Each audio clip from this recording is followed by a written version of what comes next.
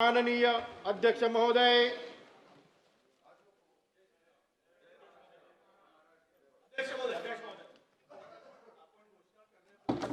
मी काय घोषणा करणार तुम्हाला कसं माहित?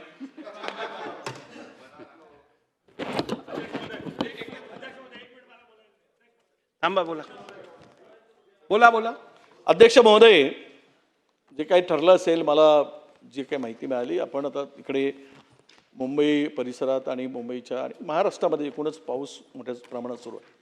विशेषतः मुंबईमध्ये कालपर्यंत अध्यक्ष महोदय 12 लोकांचा जीव गेला, 13 लोकांचा, यामध्ये मॅनहोलमध्ये पडून 2 लोकांचा, झाडाच्या खाली चिरडून 3 लोकांचा जीव गेला, बिल्डिंग कोलॅप्स झाली तिथे 6 लोकांचा जीव गेला.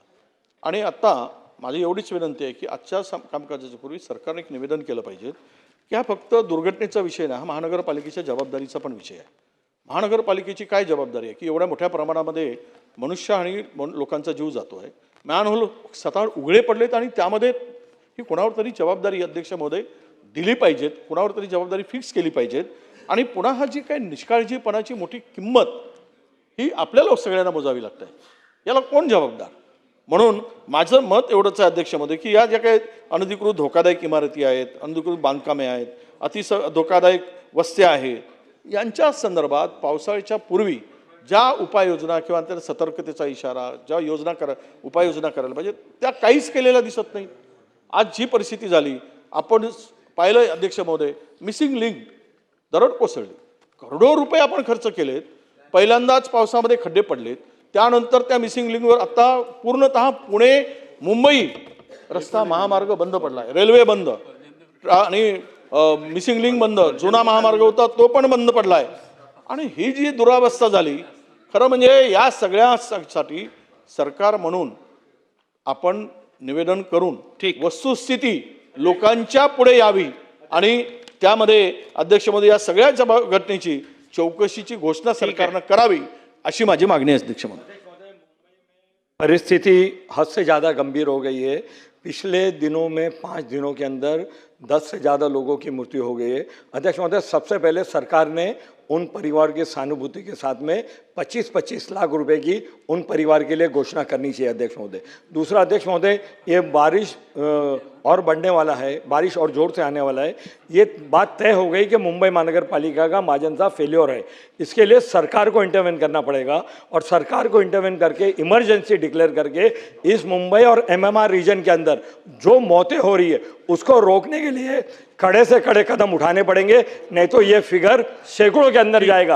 अध्यक्ष महोदय, मेरी आपसे निवेदन है कि आदरणीय मुख्यमंत्री जी सभागृह के अंदर आए हैं, आदरणीय मुख्यमंत्री जी ने इस मुंबई और MMR रीजन के अंदर जो टोटल कॉरपोरेशन का फेल्योर है उसके ऊपर एक निवेदन करना चाहिए और क्या क्या कार्रवाई आने वाले दिनों में कर रही है जिसके वजह से मुंबई के अंदर और MMR के अंदर ये जो मौत का तांडव है वो बंद होगा. ठीक आहे. राज्यात नाही बास झालं, आता बास झालं, बसून घ्या. त्यांनी मुंबईचाच मांडला प्रश्न, बोला, लवकर बोला. धन्यवाद अध्यक्ष महोदय. अध्यक्ष महोदय, गेल्या 4 दिवसामध्ये मुंबईमध्ये अनेक ठिकाणी झाडं पडण्याचं प्रमाण मोठ्या प्रमाणावर आहे. अनेक झाडांची ट्रिमिंग केली गेलेली नाही आहे. त्यामुळे आपण मुंबई महानगरपालिका आयुक्तांना तातडीने आदेश द्यावेत की या झाडांची ट्रिमिंग होणं अत्यंत आवश्यक आहे. झाडं पडून मृत्यू होत आहेत, गाड्यांचं नुकसान होत आहे, त्यामुळे ह्याच्यावर तातडीने दखल घ्यावी. आणि अध्यक्ष महोदय, दुसरं, जी महत्त्वाकांक्षी योजना म्हणून मुंबई महानगरपालिकेमध्ये जे सिमेंटचे रोड बनवले गेले, त्या सिमेंटच्या रोडला अनेक ठिकाणी तडे पडलेले आहेत. या सगळ्या कामाची दखल घेऊन त्याची चौकशी करून तातडीने दुरुस्त करावे. बसून घ्या. अध्यक्ष महोदय, बसा. माननीय अध्यक्ष महोदय, खरं म्हणजे एक अतिशय अनप्रेसिडेंटेड अशा प्रकारची परिस्थिती आपल्याला निसर्गाच्या माध्यमातून तयार झालेली पाहायला मिळते. सभागृहामध्ये काही गोष्टी या ठिकाणी विरोधी पक्षांनी उपस्थित केल्या, त्याचं गांभीर्य आहेच, त्या गंभीरने असं मी बिलकुल म्हणणार नाही. मात्र या संदर्भात आपण लक्षात घेतलं पाहिजे की काल साधारणपणे 50 किलोमीटर ताशी असे वारे त्या ठिकाणी वाहत होते. आणि आपण जर मुंबईमध्ये बघितलं, ॲव्हरेज दरवर्षी 800 झाडं पडतात. प्रत्येक मॉन्सूनमध्ये मुंबईमध्ये 800 झाडं पडतात. काल एका दिवसामध्ये 350 झाडं पडली आहेत. आणि आजचा दिवस हा त्याहीपेक्षा गंभीर आहे. म्हणूनच आज आपण सगळीकडे वर्क फ्रॉम होमचे त्या ठिकाणी विनंती केली आहे शाळा कॉलेजेसला. कारण आज लेट दुपारनंतर 70 ते 90 ताशी वेगाने वारे वाहणार आहेत. आता ज्या काही घटना घडलेल्या आहेत त्या दुःखदायी आहेतच, पण कालची जी इमारत पडली ही पूर्णपणे बेकायदेशीर होती. आणि या ठिकाणी ही बेकायदेशीर इमारत पडल्यामुळे त्या इमारतीतले लोक नाही, ज्या झोपडीवर किंवा ज्या छोट्या याच्यावरती पडली त्यातले लोक त्या ठिकाणी मेलेले आहेत. त्यामुळे मला असं वाटतं की या सगळ्या घटना गंभीर आहेत. आज आपण पाहू शकतो मुंबई पुण्याचा जो रोड आहे त्याच्यावर दरड कोसळलेली आहे. त्यामुळे हे जे काही इव्हेंट्स आहेत, हे इव्हेंट्स आज निसर्गाचं जे काही चक्र बदललेलं आहे त्याच्यातले इव्हेंट्स आहेत. असं नाही आहे की या संदर्भात कुठली तयारी नाही करण्यात आली. तयारी केली, त्याच्यापेक्षा विपरीत इव्हेंट्स होत आहेत. पण निश्चितपणे संपूर्ण महानगरपालिका असेल, डिझास्टर मॅनेजमेंटची संपूर्ण यंत्रणा असेल, अशा सगळ्या यंत्रणा पूर्णपणे त्या ठिकाणी रस्त्यावर आहेत, त्याचा सामना करतात. आज आपण बघितलं असेल, जसं कनेक्टिंग रिंगपाशी दरड कोसळली, इमिजिएटली ट्रॅफिक बंद करण्यात आला, डायव्हर्ट करण्यात आला. पुण्यातनं आणि मुंबईतनं दोन्ही साईडने लोकांना सांगण्यात आलं की हा रस्ता बंद आहे, त्यामुळे तुम्ही याच्यावर जाऊ नका.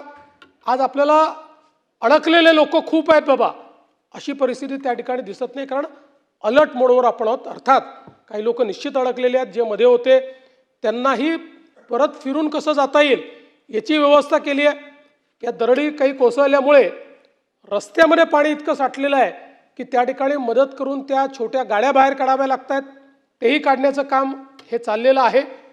मला असं वाटतं की आजचाही दिवस हा अत्यंत महत्त्वाचा आहे. आमचे मंत्री गिरीश महाजन रात्री 1 वाजता त्या ठिकाणी मानखुर्दला होते आणि आजचा दिवसही महत्त्वाचा आहे. मला असं वाटतं की या संदर्भात या 2-3 दिवसात झालेल्या घटना, त्या घटनांच्यावर केलेली कारवाई, पुढच्या म्हणजे त्या अशा घटना होऊ नये म्हणून केलेली कारवाई, आणि यापूर्वीही प्रिपेअर्डनेस करता, म्हणजे शेवटी राजकीय बोलायचं झालं तर मागे काय झालं याची आकडेवारी मी देऊ शकतो, पण ती देऊन गेलेले मृत्यू हे आपल्याला परत आणता येत नाही. आणि म्हणून मला असं वाटतं की या संदर्भात आपल्याला थोडं संवेदनशीलतेनं त्या ठिकाणी राहावं लागेल.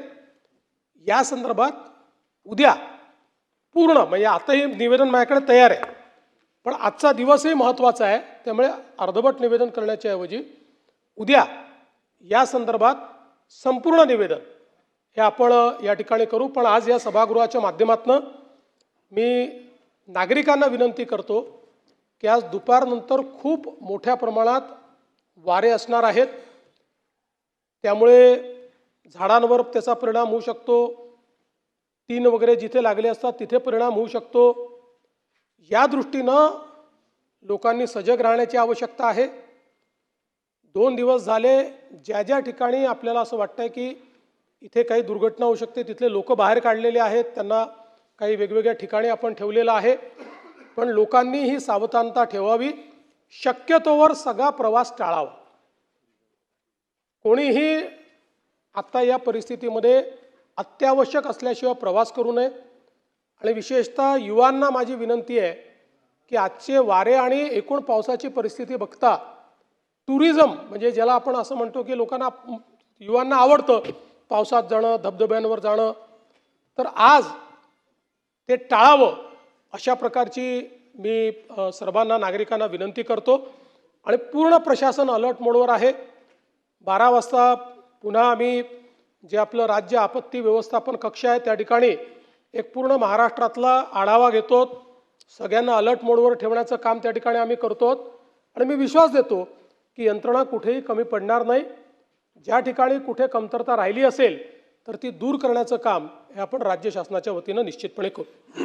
ठीक आहे. नाही बसा. अतिवृष्टीची परिस्थिती जी आहे ती एका दृष्टीने बघितलं तर ही फोर्स मेजर आहे, कोणाच्या हातात नसते. परंतु अशी परिस्थिती हाताळण्यासाठी सगळ्यांचं सहकार्य असेल तर ती अधिक प्रभावशालीरित्या हाताळली जाऊ शकते. त्यामुळे माझी सभागृहातील सर्व सदस्यांना विनंती आहे की आपण सर्वजणांनी या संदर्भात सतर्क राहून योग्य ते सहकार्य करून ही परिस्थिती हाताळण्याकरता शासनाला मदत करावी. आणि राज्यात एकूण अतिवृष्टीची परिस्थिती बघितल्यानंतर आजचे विधानसभेचे कामकाज मी स्थगित करीत आहे. नियमित बैठक उद्या सकाळी 11 वाजता भरण्यात येईल.